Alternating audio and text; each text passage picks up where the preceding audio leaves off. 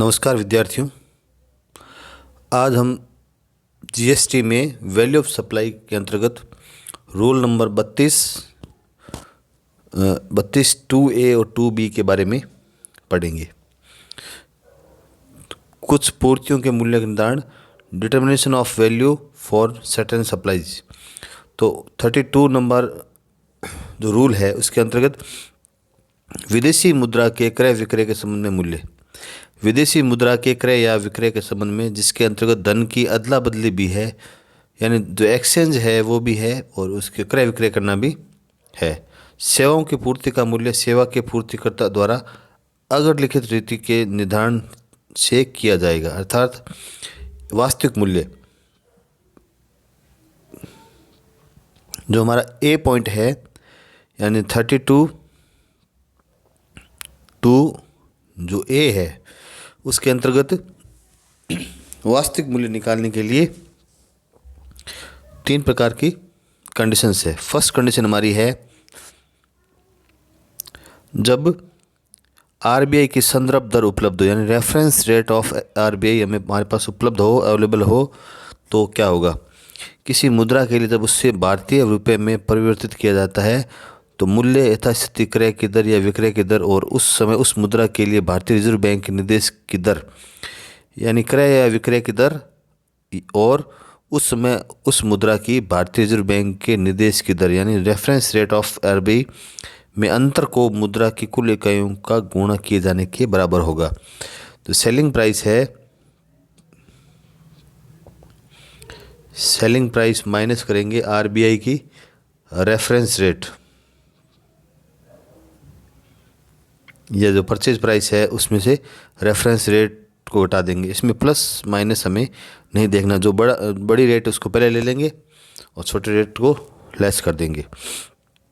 Second हमारा point है RBI की संदर्भ दर उपलब्ध नहीं हो, जब रेफरेंस रेट हमारे पास उपलब्ध नहीं हो तो क्या करेंगे, उस दशा में जहां भारतीय रिजर्व बैंक की निर्दिष्ट दर किसी मुद्रा के लिए उपलब्ध नहीं हो वहाँ मूल्य मुद्रा की अदला बदली करने वाले व्यक्ति द्वारा प्रदान किए गए या प्राप्त किए गए भारतीय रुपये की सकल रकम का 1% होगा।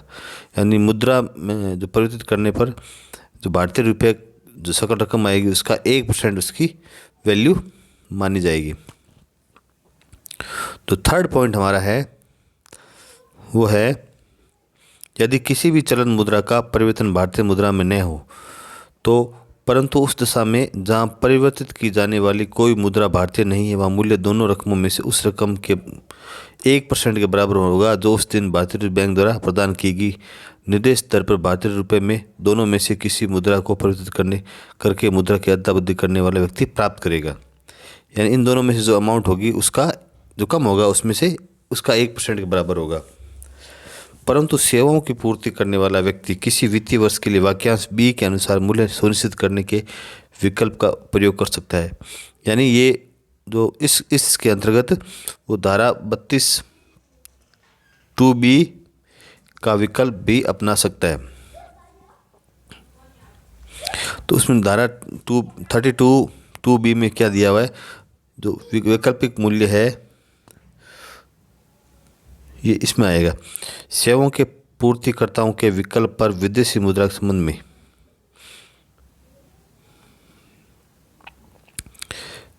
मूल्य जिसके अंतर्गत धन की अदला बदली भी है निम्नलिखित होना समझा जाएगा। इसके अंतर्गत 3 धारा 32 2B में 3 कंडीशन है। 250 रुपये की न्यूनतम रकम के अधीन 1 लाख रुपये तक की राशि के लिए परिवर्तित की गई मुद्रा सकल राशि का 1%, यानी 250 रुपये न्यूनतम है और इससे कम है तो हम 250 रुपये ही लेंगे। सेकंड कंडीशन है 1 लाख रुपये से अधिक और 10 लाख रुपये तक की राशि के परिवर्तित की गई मुद्रा की सकल राशि का आधा % प्लस 1000 रुपये। 1000 रुपये कौन से, जो 1 लाख पर 1% है। थर्ड कंडीशन हमारी है 10 लाख रुपये से अधिक की राशि के लिए परिवर्तित की गई मुद्रा की सकल राशि का 1/10% यानी 0.1% और इसमें 0.5% है। तो 0.1% प्लस 5500 रुपये 45 रुपये इसमें आएंगे और 1000 रुपये इसके आएंगे, दोनों मिला के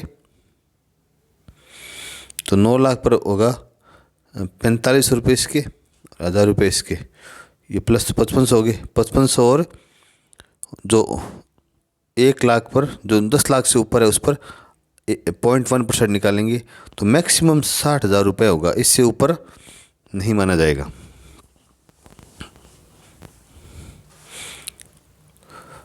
एग्जाम्पल नंबर 10 देखिए। मनी एक्सचेंज लिमिटेड जयपुर एक अधिकृत मुद्रा प्रस्तुत करने वाली फेमा 1999 में पंजीकृत कंपनी है। फेमा है जो फॉरेन एक्सचेंज मॉनिटरिंग एक्ट है 1999 उसमें पंजीकृत है। उसने मुद्रा परिवर्तन संबंधी निम्नलिखित लेन देनों की सूचना प्रदान की है।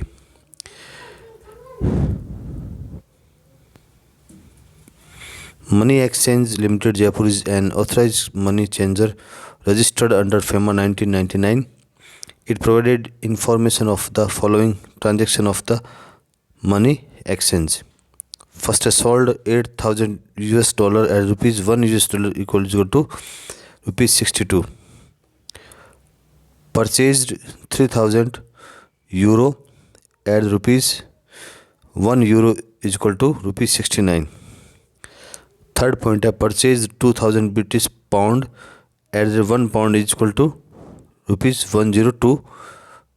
Fourth है sold 4000 units of currency Z at ₹1 Z is equal to ₹20.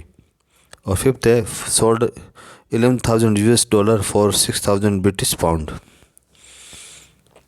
तो इसमें आपको नीचे RBI रेफरेंस रेट दे रखी है।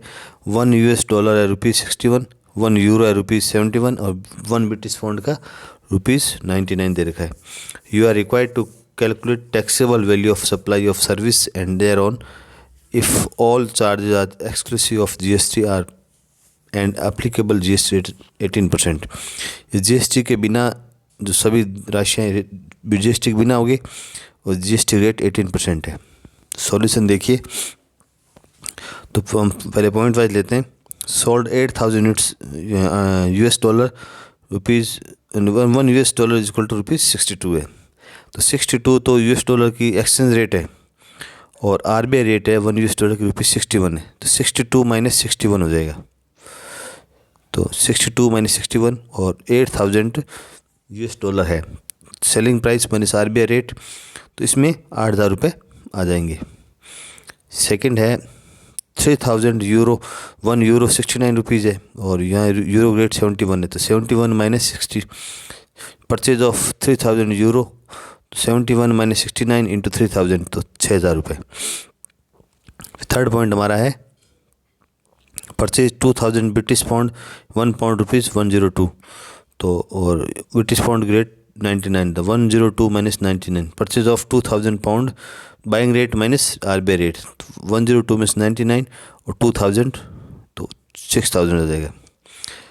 और फोर्थ पॉइंट हमारा है sold 40,000 units of currency Z, $1 is equal to ₹20। और इसमें हमें रेफरेंस रेट उपलब्ध नहीं है। तो रेफरेंस रेट उपलब्ध नहीं होने पर उसमें इसमें सेकंड पॉइंट जो हमारा है वो है काम आएगा। इसमें 1% के बराबर लेंगे। ये RBI की रेफरेंस रेट उपलब्ध नहीं हो तो उसका रकम का 1% आएगा। तो जो रेट आई है हमारी 40,000 इंटू ₹20 इंटू 1% आ जाएगा, तो ₹8000। और लास्ट पॉइंट है सोल्ड $11,000 फॉर 6000 ब्रिटिश पाउंड। तो ब्रिटिश पाउंड के बदले लिया है $11,000, तो ब्रिटिश पाउंड की रेट 99 है। तो हम क्या करेंगे, उसी डेट पे दोनों रेट पे निकाल लेंगे। तो अमाउंट ऑफ $11,000 ₹61 से ₹6,71,000 आगे, ये तो आगे $, के।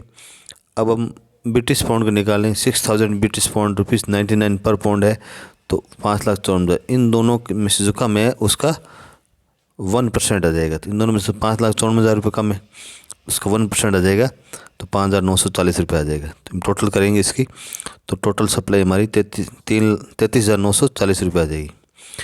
इस पर हम GST लगाएंगे तो 9% SGST और 9% CGST, तो ₹3,055, ₹3,055 टोटल GST हमारी ₹6,110 आ जाएगी। अब हम लेते हैं एग्जाम्पल नंबर 11।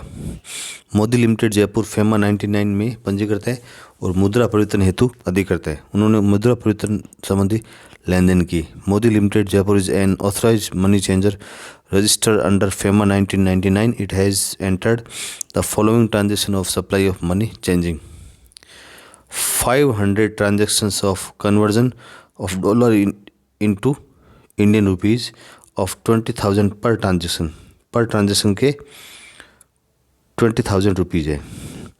सेकेंड है 400 transaction of conversion of dollar into Indian rupees of ₹2 lakh per transaction है।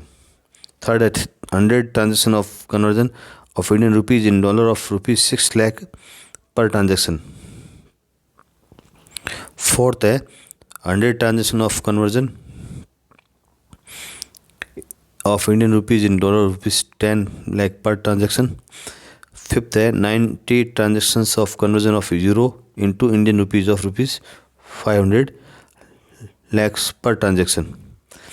और सिक्स पॉइंट है 30 transaction of conversion of dollar into euro और ₹700 लाख पर ट्रांजेक्शन। कर योग्य पूर्ति उस पर जीएसटी ज्ञात करें। जबकि मोदी लिमिटेड ने नियम 32(2)(b), तो सेकंड पॉइंट था हमारा नियम 32(2)(b) के विकल्प का प्रयोग किया हो एवं कर की दर 18% है। तो एक बार नियम दोबारा दे लेते हैं 32(2)(b) का। 250 रुपये की न्यूनतम रकम के अधीन 1 लाख तक की राशि के लिए परिवर्तित की गई मुद्रा की सकल राशि 1%। 250 रुपये न्यूनतम होना चाहिए और 1 लाख पर 1% तक। 1 लाख से 10 लाख तक आधा % जो 1 लाख से अधिक वाली राशि पर आधा% प्लस 1,000 रुपये। 10 लाख रुपये से अधिक राशि का 0.1% और 5500 रुपये और मैक्सिमम 60,000 रुपये, ये नियम है। तो हम पॉइंट वाइज लेते हैं। तो फर्स्ट पॉइंट 500 ट्रांजेक्शन है रुपीज़ और 20,000 पर ट्रांजेक्शन है। तो हम इसमें सॉल्व करते हैं। तो conversion of dollar into INR, तो 20,000 का 1% निकालेंगे तो 200 रुपये आता है। तो 200 रुपये subject to minimum of rupees. तो हम अगर 250 रुपये नहीं आ रहा है तो हम जो मिनिमम आ रहा है उसी से हम उसकी कैलकुलेट कर देंगे। तो 200 रुपये आ रहा है तो 500 ट्रांजेक्शन इंटू 200 कर देंगे तो 1,25,000 रुपये, यानी 250 रुपये पर ट्रांजेक्शन आना ज़रूरी है, तब हम इसमें 1% करेंगे। सेकंड पॉइंट है conversion of dollar into INR। तो हम पहले क्वेश्चन देखते हैं। 400 transaction of conversion of dollar into Indian rupees of 2 lakh, तो 2 लाख का 1% करेंगे तो ये इसमें हम 2 लाख है तो 2 लाख में 1 लाख पर तो 1% हो जाएगा, 1 लाख पे 1% और अगले जो नेक्स्ट 1 लाख उस पर 0.5%। तो ये इंटू 400 कर देंगे तो 6 लाख रुपये आ जाएंगे। थर्ड पॉइंट हमारा है 100 transaction of conversion of Indian rupees in dollar of ₹6 lakh, तो 6 लाख में 1 लाख पर तो 1 लाख पर 1% एंड 1 लाख 1% और नेक्स्ट जो 5 लाख उस पर 0.5% इंटू 100 तो 3,50,000 रुपये आ जाएंगे। फिर नेक्स्ट आप देखिए fourth point 100 transaction of conversion of Indian rupees dollar of 10 lakh per transaction, तो 10 लाख तक है तो 9 लाख और 1 लाख आ जाएगा। तो 1 लाख पर 1%,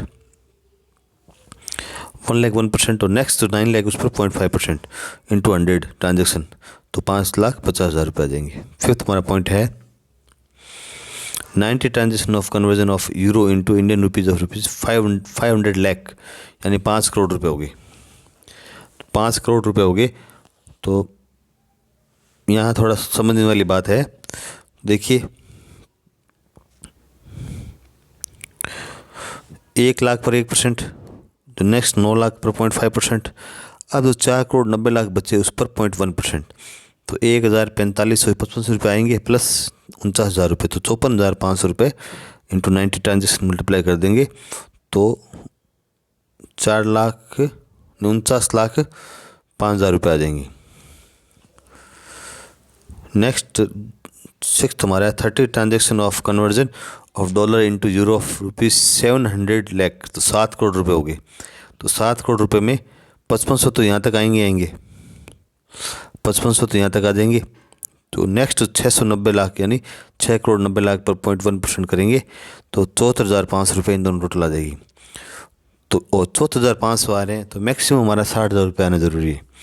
तो मैक्सिमम 60,000 ही आएगा। तो 60,000 इंटू 30 करेंगे तो 18 लाख रुपये आ जाएंगे। तो टोटल हमारा वैल्यू ऑफ सप्लाई आ जाएगा 83,30,000 रुपये। अब हम इस पर GST निकालते हैं। तो 18% GST दे रखा है तो 9% SGST, 9% CGST आ जाएगा। तो इसमें 7,49,700 तो CGST और 7,49,700 रुपये SGST। तो टोटल GST पेबल 14,99,400 रुपये। धन्यवाद।